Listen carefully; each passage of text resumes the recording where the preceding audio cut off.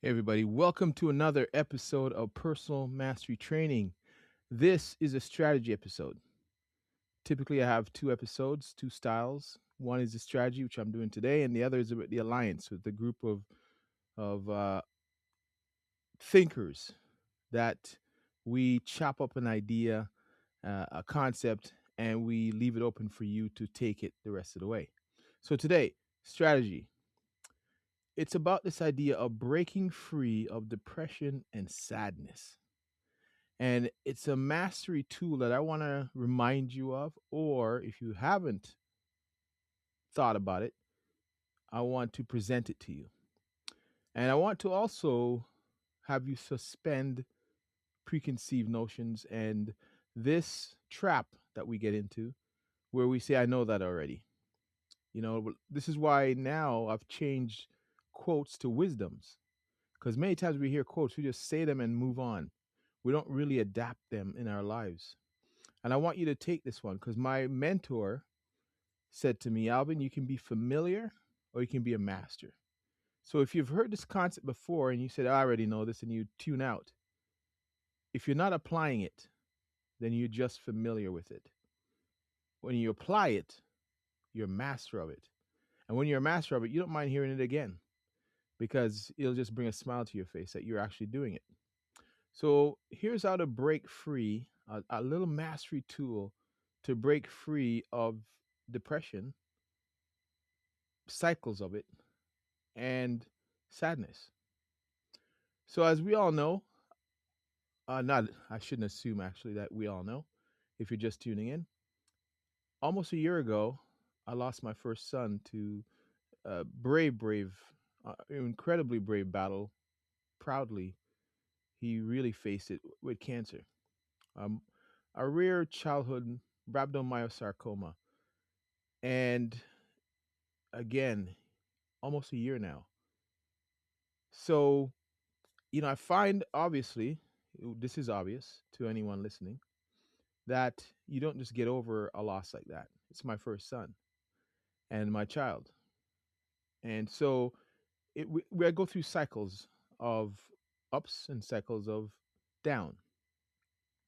And where my mind travels and, certain things, some of you have lost somebody, knows what I mean. Certain times and moments trigger the thought, and then you go into that dark place and you start to think, overthink, and it leads to a certain mood and put you in that frame. And yes, I'm not here telling you to avoid it because part of moving on is acceptance, is sitting in it. And I do sit in it and I let it percolate and I think. And as you all know, if you listen to this podcast often or know me, I love this wisdom that says, don't get through it, get from it. So I'm always using those moments of vulnerability to get from it. What can I get from it? So when I find these cycles, though, if I allow them to take me on this ride, I'm not here to serve anybody.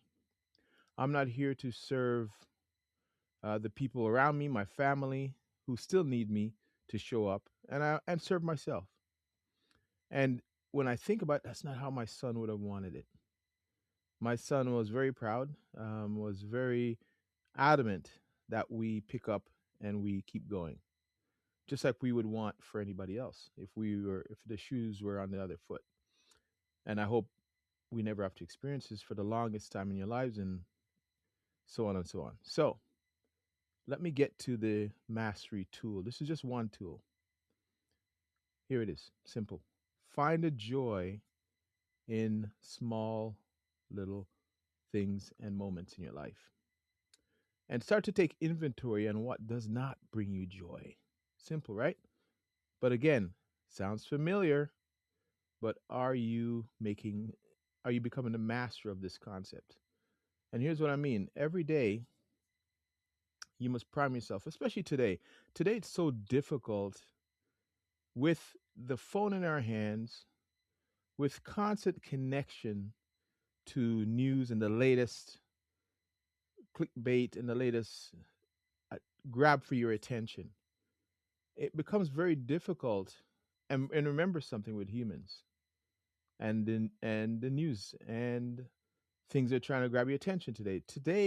Today, attention is the currency. Attention, you that's why we created this idea of influencers.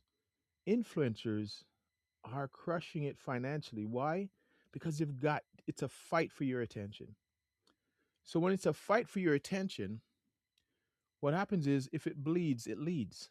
The worst things make it to your attention, your prefrontal cortex. It grabs your attention. It and humans, we look for the most salacious things.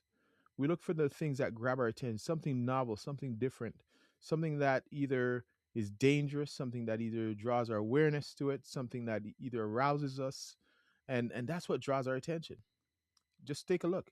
I could be sharing this podcast and giving out great information and information I feel will impact you, but it doesn't sell and grab attention as if I did something drastic out of those categories. Does it arouse you? Does it make you angry? Does it polarize? Does it divide? Those things grab attention. You know, they've done many studies where they've released a newspaper heading with good news on it, and it already sells. And they release one with the worst news on it, and it grabs the attention. The box is empty. You can't, back in the day when they used to sell newspapers, but that's what grabs. Now they just count, likes and algorithms and they analytics, and they know it still works. Humans are humans. We if it bleeds, it leads. So it becomes very difficult for us to find joy today because we're worrying about, is this planet even going to be here in at any moment? Are these superpowers with war at the ready? Everyone's shoring up their war efforts, getting ready for a strike, putting trillions of while people are starving. They're putting trillions of dollars into how we can end the planet.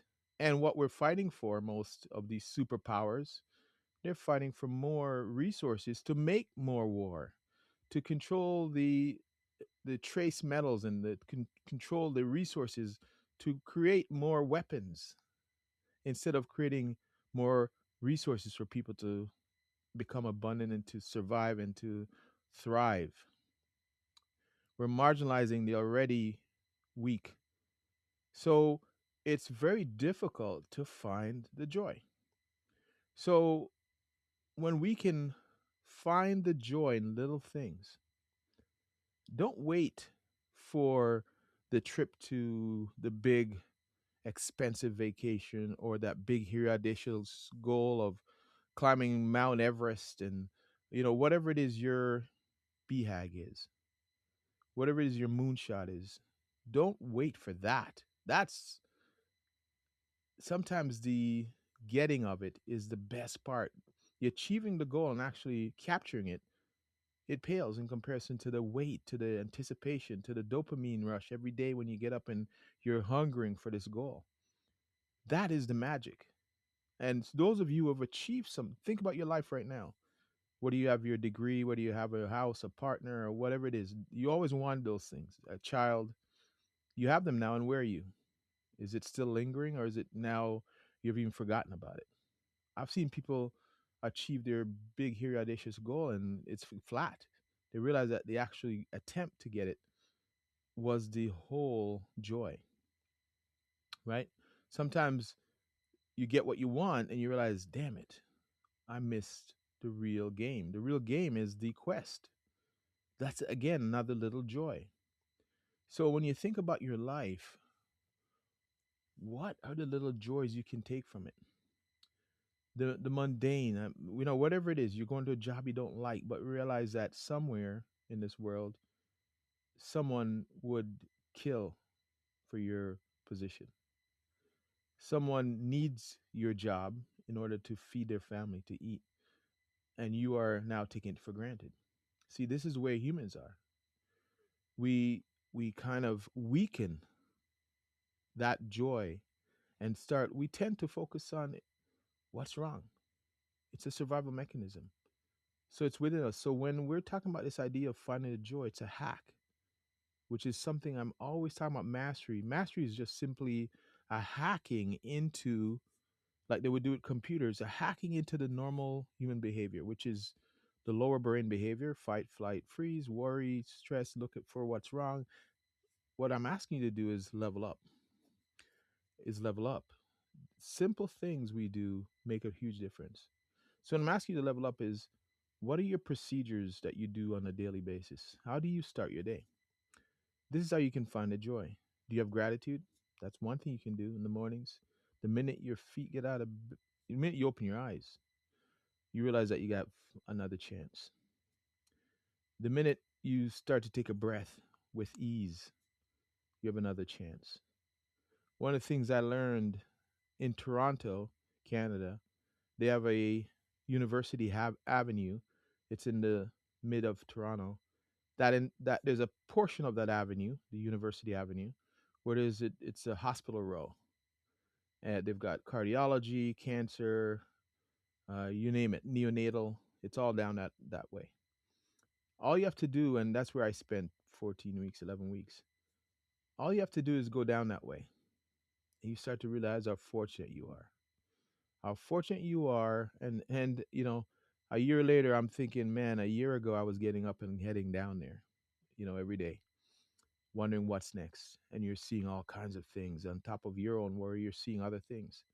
So that gave me the perspective I needed to really put things in context. So now, when I find myself slipping into this, my mind starts taking me down that road. I realize, oh, hang on one second. That's a dark place. And that's not the place you want to hang out. It's okay to visit sometimes. I heard a great quote from one of our alliance members. He brought it to us. He says, the past is a great thing to look at, but just don't stare. All right? Just don't stare at it. Because when you stare at it, you start to create stories in your mind. So let's talk about some practices then. Again, how can you find the joy? First of all, gratitude. First thing you do when you wake up in the morning, my suggestion, what are you grateful for? And lots to be grateful for. By the way, if you can't think of anything, oh, that's a tough call. That's a tough call. You need to start with the little things then. First of all, opening your eyes. And I know for some, depression might be on them now, and opening your eyes might not be the joyous thing, but you have to find within it the joy, that you have a chance, an opportunity to change it around. That's the joy. Even if you can't find it, you have an opportunity to find it, to search for it, to hack into the normal behavior of looking for what's wrong. So, next thing you want to talk about, we're talking about first gratitude. Next thing you want to look at is affirmations. And I would begin my affirmations with, I'm so happy and grateful. Dot, dot, dot. I'm so happy and grateful to be alive. I'm so happy and grateful to have the health, the abundance, and so on. I'm so happy and grateful for what's to come in my life. I'm so happy and grateful I have a good partner.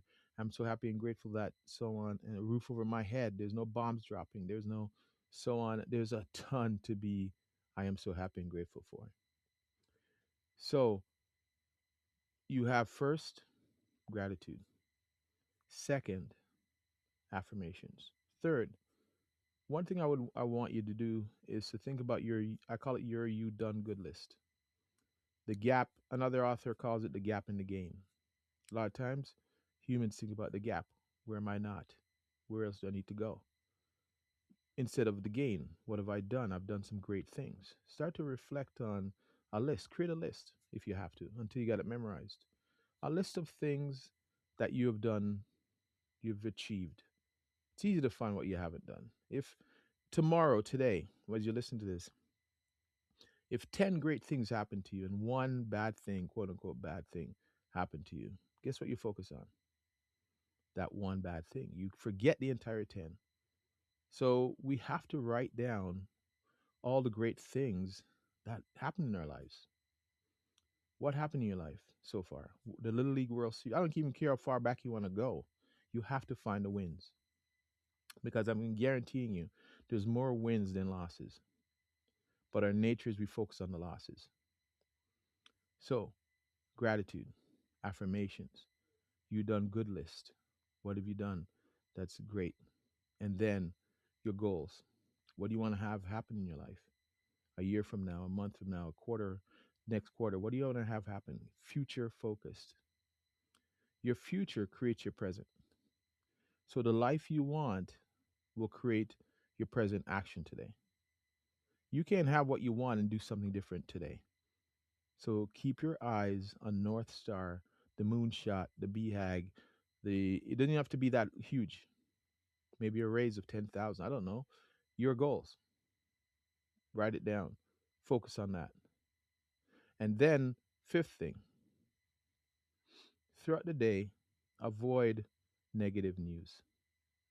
Avoid checking on those people with opinions, always posting something on their timeline as if anybody really knows what the hell is going on in comprehensively. We don't know what's going. It's all a bunch of opinions. They say opinions are like assholes. Everybody has them, right? Everybody has an opinion today. So avoid those opinions unless you're going to do something. And here's where people say, but Alvin, you have to be informed.